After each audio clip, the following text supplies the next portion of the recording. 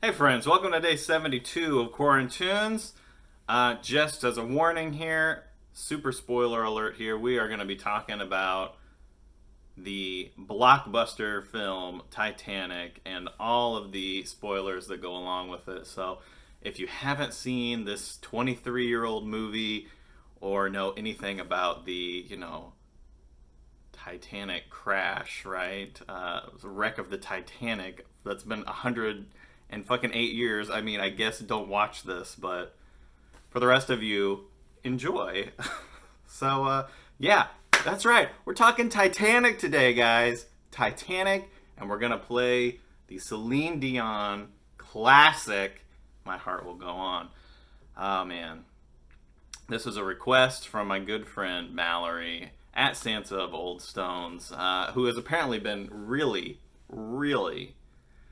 bumping it up here the last couple weeks. She has been on fire with requests, and she came to me last week with this one, and I was like, fuck yes.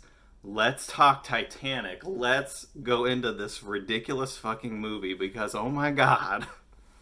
Guys, this movie.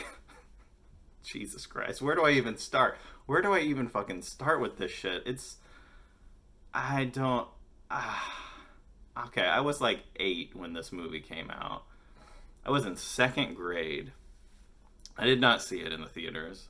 My older sister did. Well, I only have one sister, so I probably shouldn't call her my older sister, but she is my older sister. And it's her birthday coming up this weekend anyway. But that doesn't matter. She saw it in the theater. She was in middle school or something at the time. She saw it in theaters and she enjoyed it, right? I didn't really know much about it, but I mean, I knew about it because it was a goddamn phenomenon, right? I mean, all of us that were alive at that time, you know everything about this movie because it was fucking everywhere, wasn't it? It was everywhere. You can't escape it. You still can't escape it today. It has become instantly iconic once it came out. You know, the actors, the story, the lines from the goddamn movie, everything about it is iconic. It is a zeitgeist of a fucking film that I don't know if we've seen since then. I mean, I can't even think of one that like is that just like right there, you know? I mean, there's probably something, but this just it totally escapes me at this moment because my head is in total Titanic mode. I fucking rewatched it last night for this. You're welcome for this, so we could talk about it and go deep, just as deep as that fucking ship is into the sea. Am I right, guys? Too soon? No, it's not too soon. But anyway, yeah, I did not see it.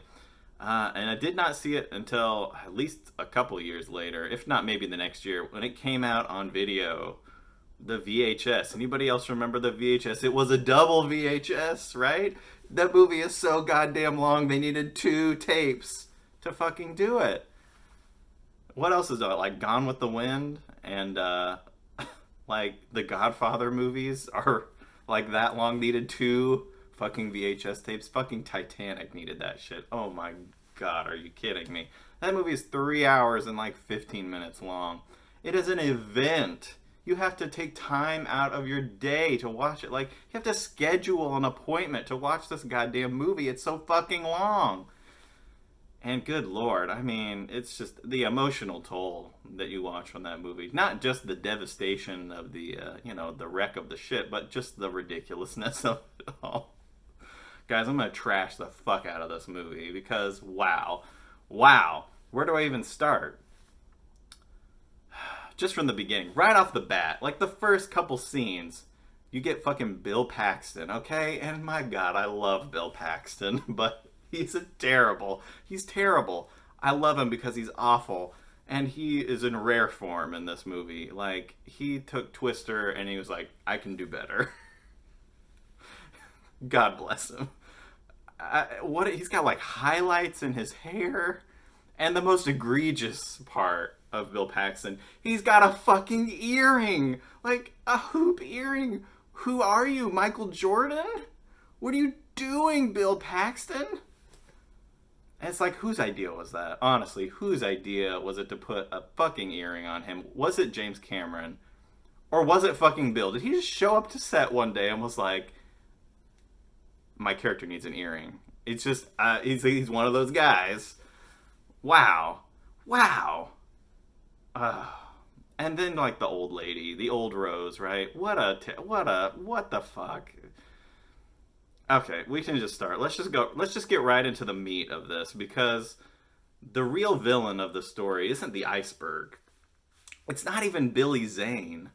It's fucking Rose. It is fucking Rose. Okay, she is the worst. Rose is the worst. And I say that she's not really the worst, but she's awful. She's an awful person, an awful character. Like, I don't even know. You could start right from like the beginning with old Rose getting on the fucking boat to talk to Bill Paxton and the crew. And she like brings a shitload of suitcases. Like, bitch, you are old as fuck. What do you need all this shit for? And it turns out it's like all a bunch of pictures, which we will get to. And it's like, who are you? And then, you know, she talks about her young self, you know, played by the beautiful Kate Winslet. And it's like, she's like, oh, you know, to me, the Titanic was a slave ship. And it's like, whoa, bitch, what? You are fucking rich as fuck. What are you talking about?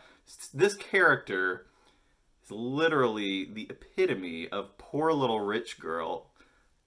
100%. She is awful. She's gonna kill herself because she just doesn't want to talk to these rich people anymore. She's like, oh, my life is awful even though I have all of this money. Ugh, give me a fucking break, Rose. Jesus Christ. And meanwhile, you got Leo, good old Leo DiCaprio, Jack over here, poor as fuck, happy as a clam, hanging out with his BFF, Italian Fabrizio, who's like, I'm going to America. And then, like, okay, well, we'll just stop talking about Fabrizio because literally they stop talking about Fabrizio. Like, he's hanging out with him the whole time, and then he meets Rose, and Jack is like, peace out, Fabrizio. I gotta go bang this broad. And you, like, never see Fabrizio again until the end of the movie when he dies because the fucking thing falls on him. Jesus Christ. Jesus Christ. And Rose is just, yeah, she's just gonna kill herself because of the...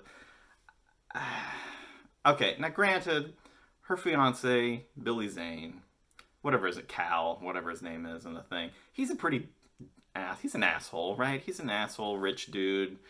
He's a prick. Okay, that's fair. And she doesn't want to be engaged to him. I get it. That sucks.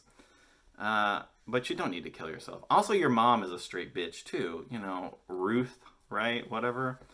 She's awful, too. She's awful, too.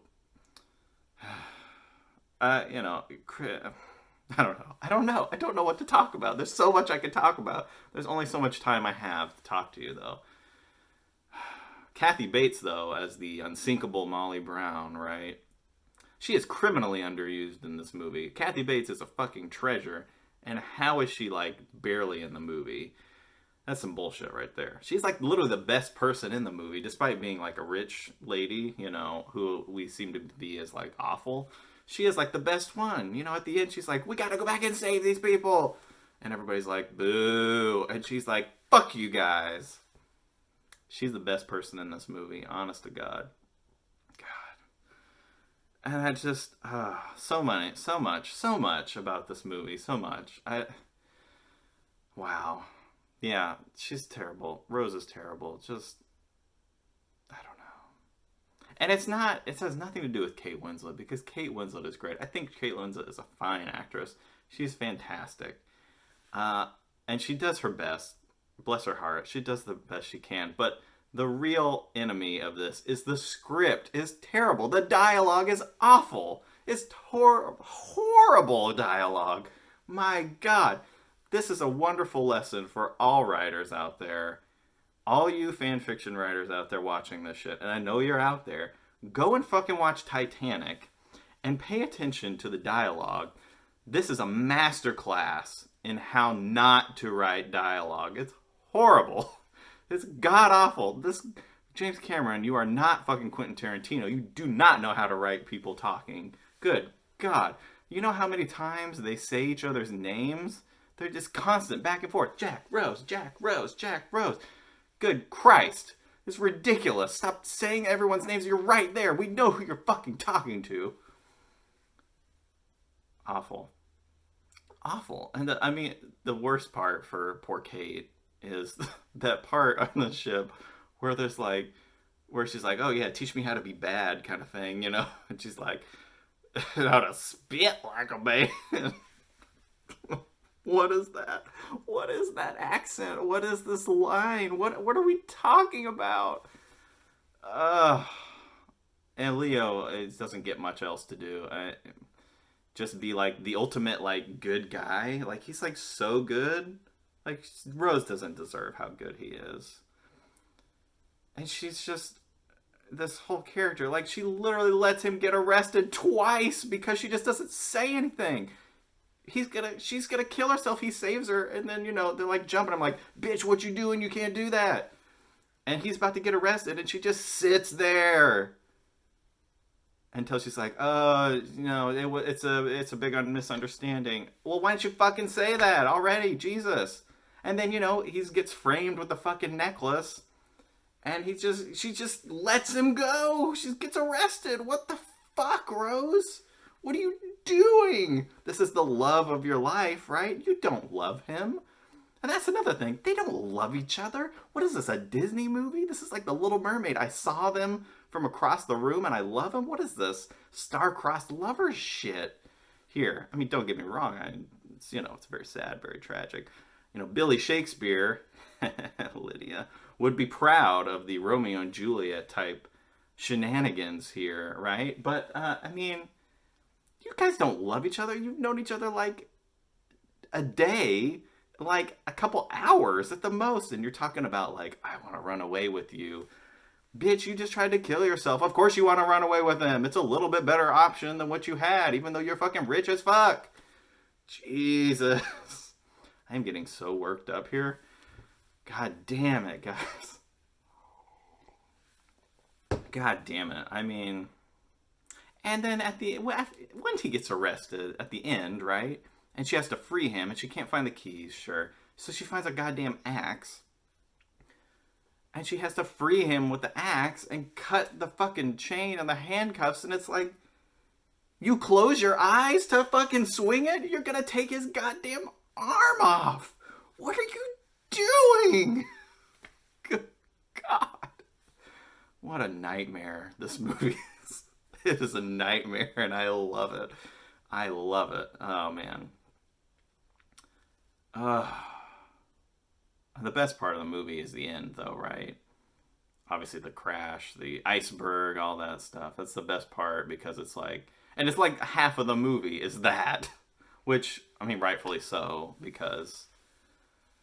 well, I mean, there's another great part. We have to talk about Draw Me Like One of Your French Girls, right? I love that shit. 100% the first movie boobs I ever saw was Kate Winslet. And again, we had the VHS, right? So we're throwing it back here. My parents, we were watching it. My sister's like, you guys have to see this. This is circa 1999, probably. And my mom had heard of stuff, right? So she's like, I don't know if Brad can see I don't know if he can watch this. I heard there's stuff. And my sister's like, he'll be fine. Her friend's little brother had seen it. He'll be fine. Mom was still like, I don't know. But I think it was so awkward at some point when I knew something was going to happen. I think I got up and was like, I got to go to the bathroom. And there was probably like a collective like, whew, thank God he left during that time. Meanwhile, I'm literally watching from the hallway like, oh my God, those are boobs. And to be fair, Kate Winslet had a great rack. I mean, those are some grade A boobs right there. I mean, she almost, like, we can forgive all of her transgressions from earlier in the film because, I mean, bravo on that rack, girl. Beautiful. I'm terrible. I'm a terrible person.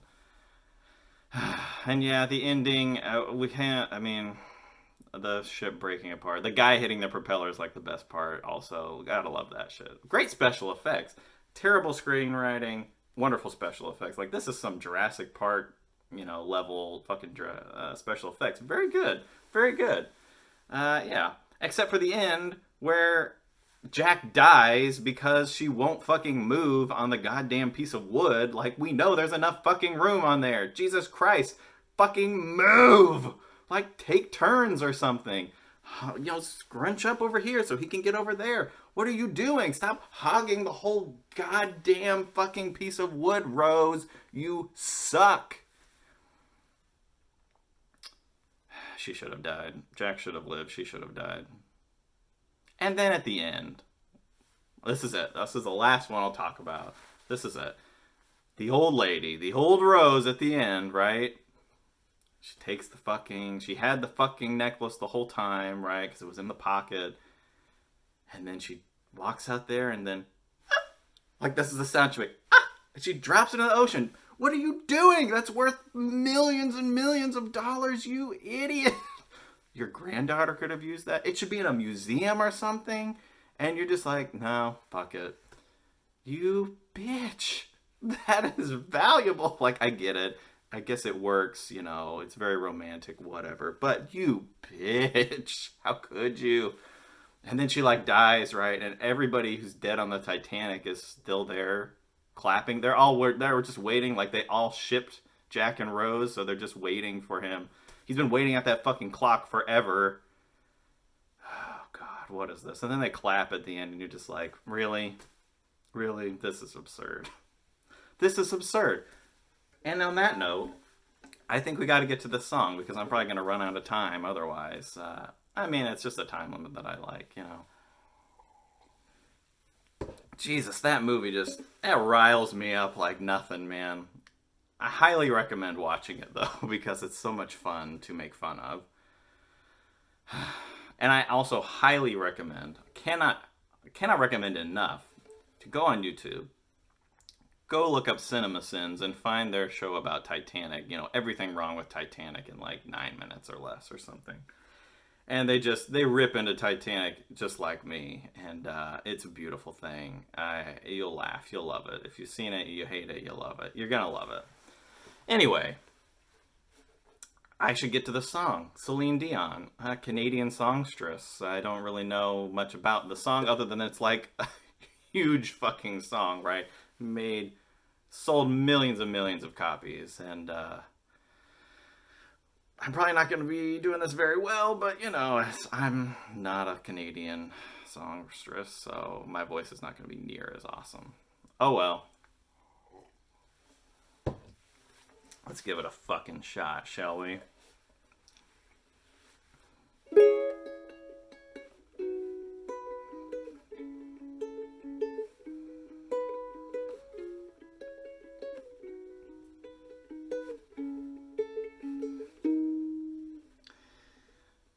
Every night in my dreams, I see you, I feel you. That's how I know you. Go on.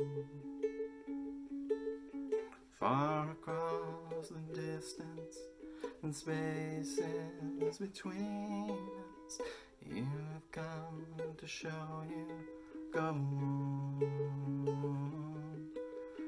Near, far, wherever you are, I believe that the heart does go on. Once more, you open the door, and you're here in my heart, and my heart will go on.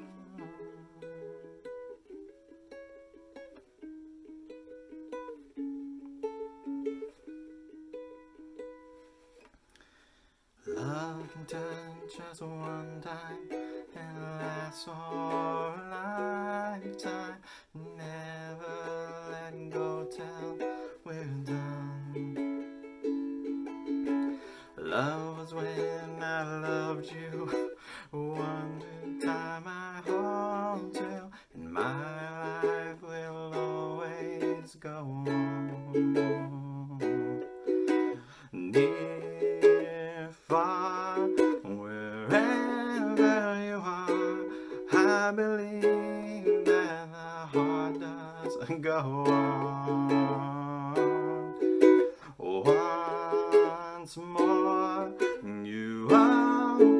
the door and you're here in my heart, and my heart will go on.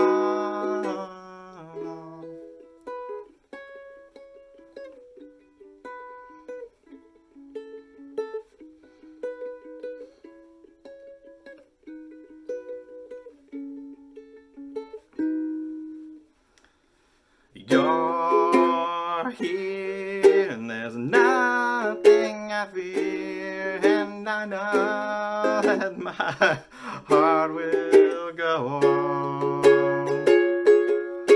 Oh, we'll stay forever this way. You are safe in my heart, and my heart will go on and on.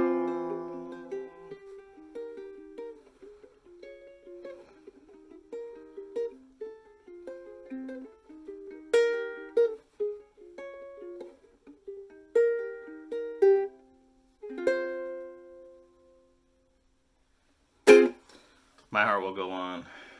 Celine Dion. Titanic. What a beautiful song. What a beautiful movie, even if it's all ridiculous. That line, love was when I loved you. What the fuck does that mean anyway? Anyway, thank you for joining me on this wild fucking ride. I hope you enjoyed it. Thank you. I hope you have a great Friday, guys. I hope you have a great weekend. Stay gold. Keep the fire. We will see you tomorrow with something new. And my heart will go on, guys. I love you.